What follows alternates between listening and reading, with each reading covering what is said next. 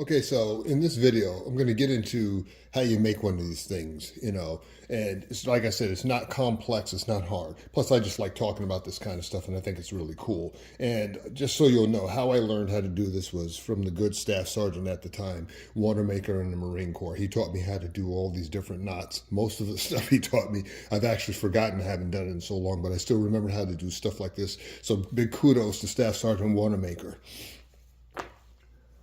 So when you start off making one of these things, what you want to do is you want to get yourself some rope. I get this at the hardware stores. I forgot the thickness of this, but you really want to get the nylon stuff so that, as you're practicing and using it, if it frays, it's not like a natural rope where it starts fraying and starts, cracking and breaking apart over time. Plus, you can also singe it at the ends so it doesn't keep fraying. So, you want to cut off a good piece. This is probably like 6-7 feet.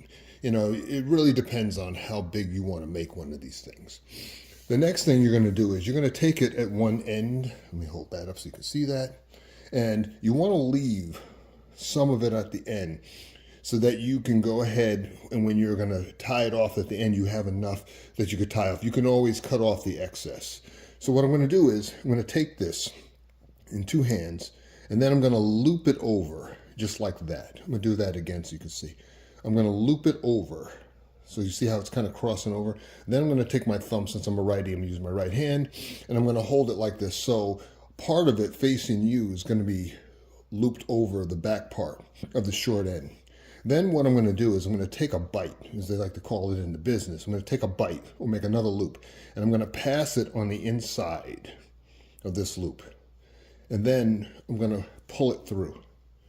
Then I might even cinch down on this end just so, it's not moving all over the place. After I take that bite, I'm going to hold it at the end. Now you'll notice, and I'll see if I can describe this, notice it's really a loop and it's not actually twisted or crossed over. The reason you don't want it to do that is because you just don't want it to get all kinked up. I mean, as the good staff sergeant used to always say, a pretty knot is a good knot and is a secure and safe knot. So, I'm going to stick with what the staff sergeant told me what to do. The next thing I'm going to do is I'm going to do the same thing. I'm going to take another bite. I'm going to loop it. I'm going to put it on the inside, just like that. And I'm going to bring my hand up and I'm going to take another bite. And I'm going to loop it on the inside. And, you can fool around with it in here to try to make sure that the knots are even. I mean, you can make them any length you want, but you really don't want them to get too long because then, you don't have enough at the end to probably, cinch it off. And I just keep doing this all the way up. And I just keep looping. And I repeat the same pattern over and over and over, making sure that, cinching it down enough, making sure that everything is pretty much even. And I just keep making these loops. So I'll hold that. Another loop, put it in. And then what I'm going to do here, just for the sake of the training, I'm going to go ahead and I'm going to finish this off so you can see how I tie this thing off at the end.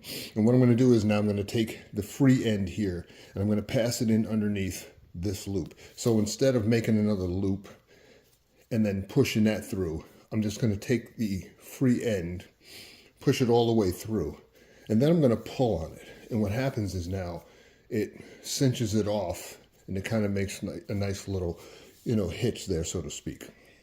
From there, I'm going to take both ends. Now, there's several ways you can do this. You can just, make a knot or a granny knot or, a square knot if you want, tie it off and you're good to go and then cut off the excess. I like to use what is known as a farmer's knot or a sheet bend to get fancy. And what I do is I make a loop just like this. But what I'm going to do is I'm going to take the other free end and put it right next to it, just like that. And then I'm going to wrap this around as many times as I feel I need till I get to the end right here. Hopefully you can see that.